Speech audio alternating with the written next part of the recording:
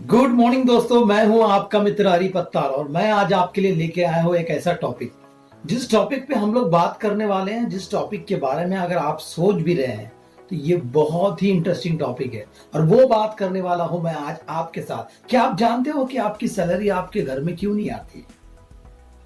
आप जानते हो कि आपकी सैलरी आपके घर में क्यों नहीं आती है? उसके कई सारे रीजन हैं जो मैं आपको बताऊंगा, क्योंकि आज तक किसी ने आपकी सैलरी घर पे नहीं लेके आई है, लेकिन लेना चाहते हैं, गिनना चाहते, सोचना चाहते, नहीं हो रहा है। लेकिन दोस्तों आज जरूर होने वाला है, क्योंकि आप मेरे साथ जुड़े हुए। दोस्तों आज के डिजिटल जमाने के अंदर हम लोग देख रहे हैं कि हमारी सैलरी एटीएम में तो क्रेडिट हो जाती है, एटीएम में आ जाती है, लेकिन एटीएम से क्या आप अपनी सैलरी कभी घर लेके आते हो? क्या नहीं लेके आते दोस्तों। अगर किसी की सैलरी मानो 20,000 है, किसी की 30,000 है, किसी की 1 लाख रुपए सैलरी है, लाख रुपए आपके अकाउंट में मंथ एंड पे क्रेडिट हो जाते हैं।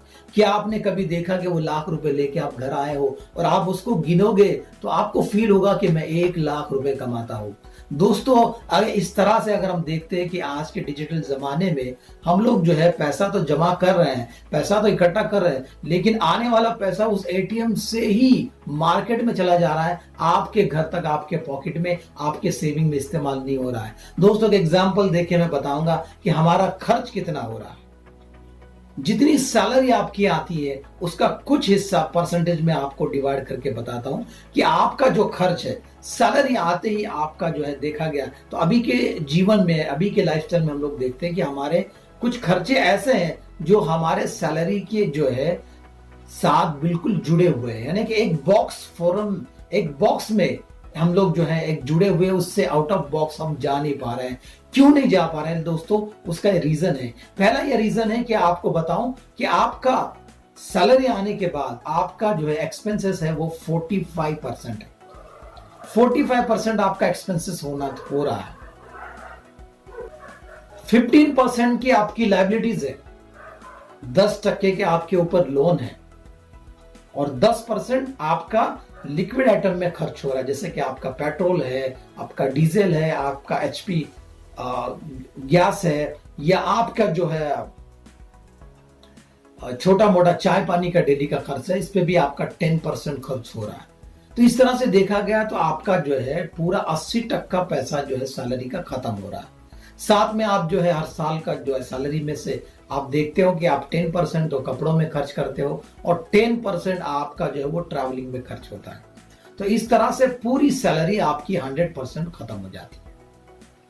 अगर यही आपके लाइफ में चल रहा है और यही रियलिटी लग रही है तो दोस्तों वीडियो को अंत तक जरूर देखिए। कुछ ऐसे फंड जो मुझे यहाँ पे समझ में आ रहे हैं मैं आपको बताना चाहूंगा और आप उस तरह से आपके लाइफ में कुछ ना कुछ सेविंग कर सकते हो। तो दोस्तों सैलरी आते ही आपके जीवन में सबसे पहला काम यह होना चाहिए कि आपके सैलरी का 20% यानी कि आपके सैलरी का 20% अमाउंट सेविंग होना चाहिए। मैं दोबारा रिपीट करता हूं आपके लिए कि आपकी जो भी सैलरी है, आप 10,000 कमा रहे हो या चाहे 1 लाख कमा रहे हो, आपके लिए 20% का अमाउंट सेविंग होना चाहिए। और दूसरा सबसे इंपॉर्टेंट पार्ट है कि आपका 10% आपकी सैलरी का किसी न किसी ऐसी जगह पे इन्वेस्ट होना चाहिए जहां से आपको रिटर्न्स आने वाले हैं, चाहे वो गोल्ड में हो, चाहे वो इंश्योरेंस में हो, चाहे वो प्रॉपर्टीज में हो, चाहे वो कोई फंड में हो, जिसके कारण आपका 10% इन्वेस्टमेंट में जाना ही चाहिए। तो मैं आपसे कहूंगा कि जैसे आपने अगर 100% सैलरी रिसीव किया है तो आपका 20% वो है आपका सेविंग होना चाहिए, 10% मैंने कहा कि आपका इन्वेस्टमेंट होना चाहिए और 5% आपके पास क्विक मनी अवेलेबल होना चाहिए। जी हाँ दोस्तों, आपके पास 5% का क्विक मनी अवेलेबल होना चाहिए और बाकी का 65% है वो आपका जो है एक्सपेंसेस में खर्च होना चाहिए। तभी जाके सर आप कुछ ना कुछ आपके जीवन में, आपके लाइफ में बचा पाओगे। मैं अक्सर देखता हूं मेरे कई सारे फ्रेंड हैं जो पिछले 10 साल से 15 साल से इंडस्ट्री में वर्क कर रहे हैं। अगर आप उनको पूछे क्या आपके पास, अगर मानो कोई बंदा एक एवरेजली पैकेज लेके चले कि अगर 5 लाख के पैकेज से अगर एवरेजली पिछले 10 साल से काम कर रहा है, बहुत ही कम मैंने एग्जांपल लिया है, अगर वो 5 लाख का एग्जांपल दे रहा हूं मैं, हो सकता है कि उसने शुरू किया होगा तब 2 लाख का पैकेज हो, फिर 3 लाख हुआ, 4 हुआ, 5 हुआ, 6 हुआ, लेकिन अगर पिछले 10 साल का अगर हम रिकॉर्ड देखें तो अगर 5 लाख के पैकेज पे अगर एक नॉर्मल बंदा अगर काम कर रहा है तो 5 लाख से 10 साल में उसने 50 लाख रुपीस कमाए दोस्तों। 50 लाख रुपीस उसके पॉकेट में आए हैं, उसके जिंदगी में आ गए, उसके एटीएम में आ गए, उसके बैंक में आ गए।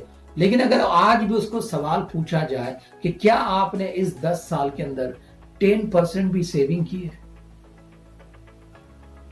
तो नहीं है।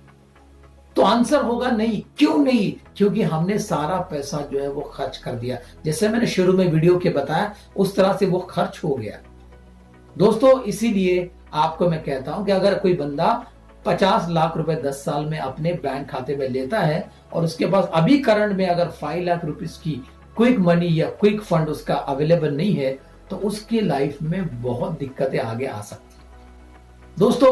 तो इन्वेस्टमेंट का एक तरीका यह भी है कि आप जो है इंश्योरेंस का सेविंग प्लान ले सकते हैं, ट्रेडिशनल प्लान ले सकते हैं। इंश्योरेंस में ऐसे कुछ प्लान है जो मेरे पास अवेलेबल है, आप उसको बाय करके अपनी एक अच्छी लाइफस्टाइल सेट कर सकते हैं।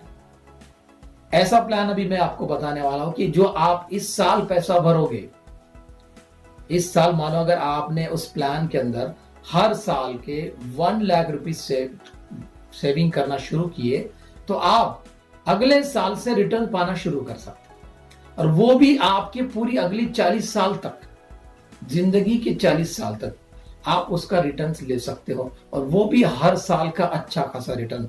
तो दोस्तों सेविंग प्लान में बहुत सारे अच्छे अच्छे प्लान्स आ चुके हैं। अगर आप चाहते हैं कि आप कहीं ना कहीं इंश्योरेंस में सेविंग प्लान में अपने लिए इन्वेस्ट करें तो आप जब तक वर्किंग हो तभी आप इन्वेस्ट कर सकते हो। जिस दिन आप वर्किंग नहीं रहोगे आपके पास कोई इन्वेस्टमेंट की अमाउंट नहीं रहेगी। तो दोस्तों जब भी आप कमा रहे हो, भले वो 10,000 कमा रहा हो, 20,000 कमा रहा हो, 30,000, 1 लाख, 2 लाख, 3 लाख, 5 लाख, आपका 20% सेविंग पे ध्यान होना चाहिए और 10% आपका इन्वेस्टमेंट होना चाहिए।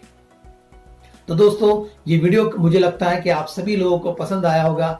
अगर आप लोगों को पसंद आया तो इस वीडियो को जरूर लाइक कीजिए, इस चैनल को सब्सक्राइब कीजिए और बेल आइकन को दबाना ना भूलिए। Thank you so much. Enjoy your life.